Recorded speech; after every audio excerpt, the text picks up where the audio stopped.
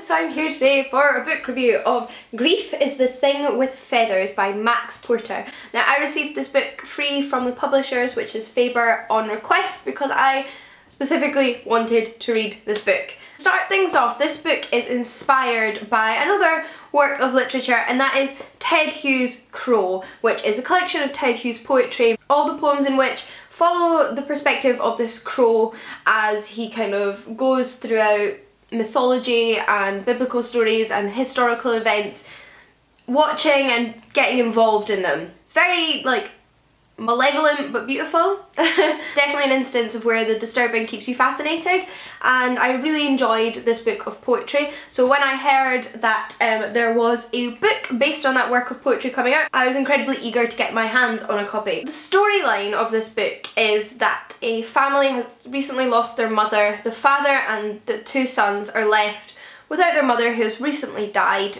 and they are trying to learn to cope with their grief and their new life without their mother in it. Enter Crow, who becomes a member of their family.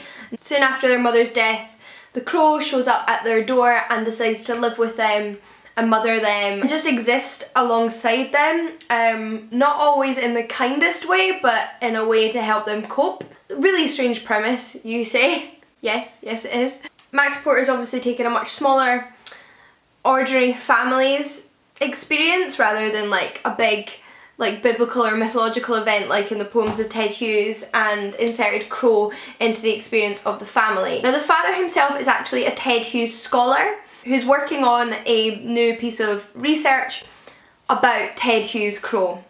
So although the story is very much portrayed as Crow physically being there, as being a real character in the book, there is this like divided sense between it being sort of a metaphor and Crow being with them in the sense of their father's research and their father using Crow for them to cope as a family, as a symbol, as an idea, and the actual representation of Crow physically being there and helping them cope with their grief. The book itself is absolutely stunning, perhaps because it's based on a book of poetry. It is itself incredibly lyrical.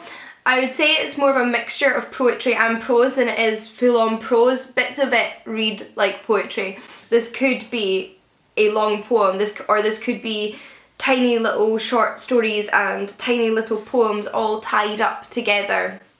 It is so beautifully written, and I think actually if you don't read a lot of poetry, then this might be quite a nice book to introduce you to poetry, because it is that mixture. It does have a plot, a narrative, events do follow on from one another, but it does remind me of poetry. It really does. You can tell it's been inspired by poetry, and Max Porter's writing is stunning. This book had me in tears. It's incredibly emotional. You can't help but feel very empathetic when you're reading it, and it's only 114 pages, so it did a lot in those 114 pages. Do I think you need to have read Crow before you read this?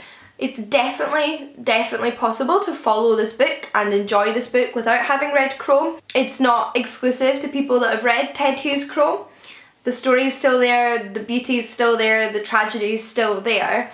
Max Porter is a phenomenal writer in himself. He doesn't need Ted Hughes to validate that for you. However, I think you will obviously get like an extra punch from this book if you've read Ted Hughes' Crow. Although I think you could read them apart. I think if you're tempted, I would definitely pick up Ted Hughes' Crow and either read them alongside each other, read one before the other, because they do make a beautiful pair. Obviously I can't speak from the perspective of someone who hasn't read the poetry collection and then read this book, but yes, I would recommend this book, and I would recommend this book. I think this was absolutely phenomenal. I give it 5 out of 5 stars. And I really want to pick up more of Max Porter's work in the future. I hope you enjoyed this review, and until next time guys, happy reading. I'll see you all again soon. Bye!